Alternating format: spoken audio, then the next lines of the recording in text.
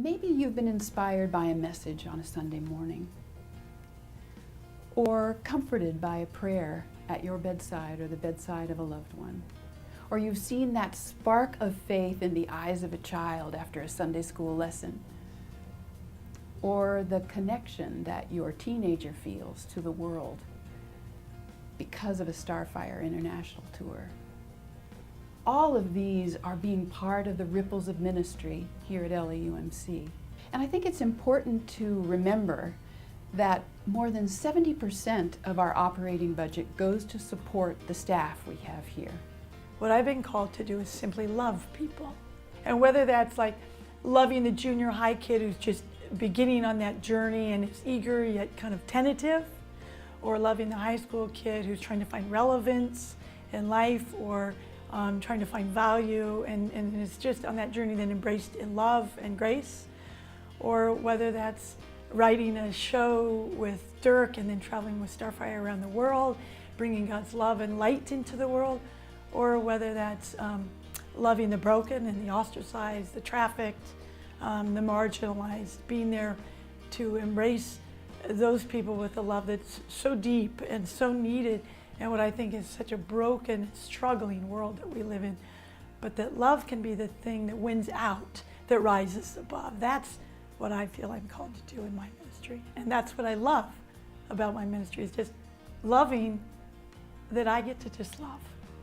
I just love Carol so much. She's changed my life, and she's really helped me find my love for the church and also for God. And I just can't really express in words how much she's really done for me over these past 6 years that I've known her, and I just love her so much. I used to think that Carol, when she worked with kids, was trying to take the message of Jesus and put it in their hearts and create an impact in that way. But I later realized that it wasn't about putting Jesus in kids' hearts. It was about showing kids that Jesus was already in their hearts and that it was just a matter of them being aware of it. She makes it very clear to everyone who goes through Starfire or goes through Mosaic or Journey and all these youth programs that there's a bigger purpose for your life, and that's more than the paycheck you're going to try to make when you get older. That's important. She'll tell you that that's important. You want to be comfortable and you want to be able to provide for yourself, but